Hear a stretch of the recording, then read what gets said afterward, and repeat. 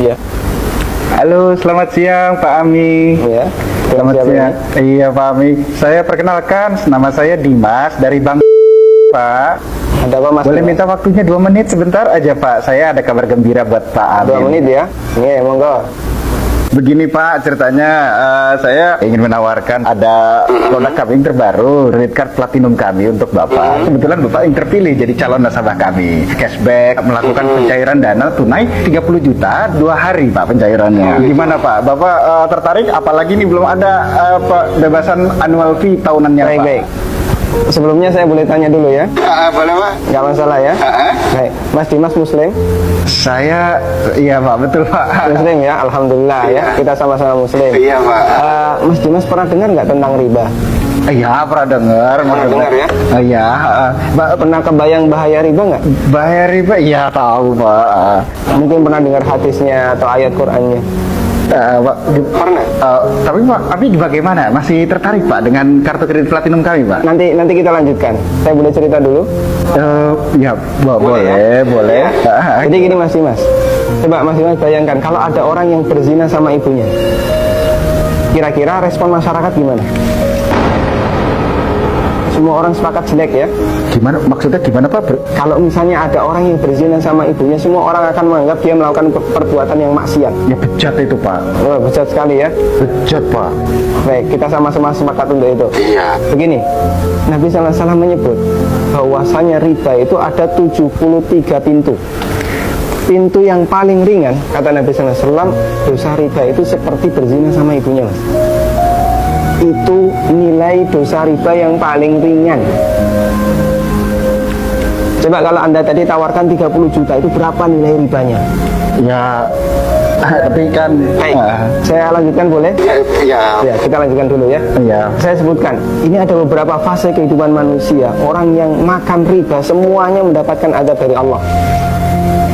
Pertama, ketika di dunia, orang yang makan riba itu ditantang perang oleh Allah. Coba Mas bayangkan, kata Allah Subhanahu wa taala, ya ayyuhalladzina amanu taqullaha wa dharu ma baqiya minar riba.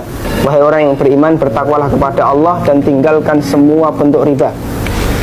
Fa in lam taf'alu fa'dzanu biharbi minallahi wa rasulih. Kalau kamu masih ngeyel, nggak mau meninggalkan riba, umumkan perang dengan Allah dan Rasulnya. Coba, kalau kita ditantang perang oleh Allah dan Rasulnya, kira-kira ada nggak peluang untuk menang? Nggak ada ya? Ampun Pak. Ini yang pertama.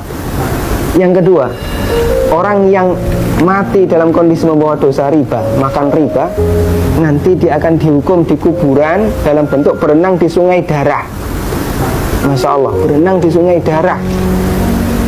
Kata Nabi SAW, beliau pernah menceritakan mimpinya, dan mimpi beliau itu wahyu.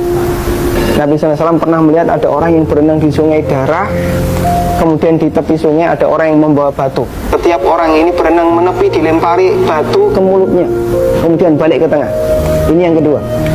Di alam kubur dia mendapatkan azab berupa berenang di sungai darah. Yang ketiga, Masih ada yang ketiga Pak? ya, siap mendengar, masih sanggup mendengarkan? Iya Pak. Iya, tapi saya lanjutkan ya. Iya Pak. Yang ketiga, ketika orang ini dibangkitkan oleh Allah dari alam kubur, dia dibangkitkan dalam kondisi sempoyongan Mas. Allah Subhanahu wa taala bercerita, alladzina ya'kuluna riba la yaqumuna illa kama yaqumul ladzi yatakhabbathu syaitan minal mas. Orang yang makan riba, mereka akan dibangkitkan pada hari kiamat dalam kondisi sempoyongan seperti orang yang kerasukan. Iya Pak. Artinya yang lain berjalan normal, dia sendiri sempoyongan, menyakitkan. Kemudian yang keempat, tadi sebelum hisab ya, ketika dia dibangkitkan sebelum hisab dia sudah disiksa. Yang keempat, setelah dihisab, orang yang makan riba itu kan makan harta haram ya. Iya Pak. Makan harta haram, kita sepakat itu. Kalau kemudian daging kita tumbuh dari sesuatu yang haram, berhak nggak dapat surga? Enggak Pak. Layak nggak dapat surga? Enggak Pak. Sementara tempat di akhirat cuma ada 2 pilihan. Kalau nggak surga, neraka Pak. maka kata Nabi SAW, kullu lahmin nabata bin suhtin, setiap daging yang tumbuh dari sesuatu yang haram, kata beliau, annar aulabi. Iya Pak. Neraka lebih layak baginya. Coba Mas Dimas bisa perhatikan, dalam 4 fase kehidupan orang yang makan riba itu semuanya sengsara.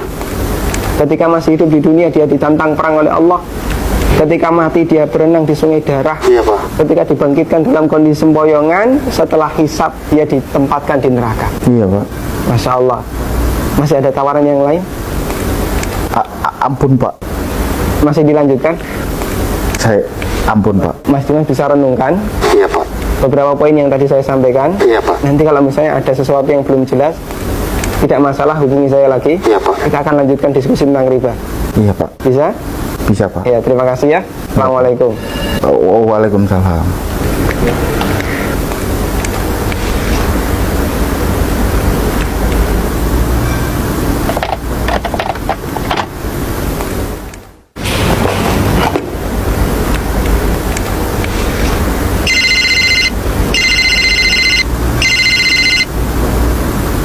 Iya.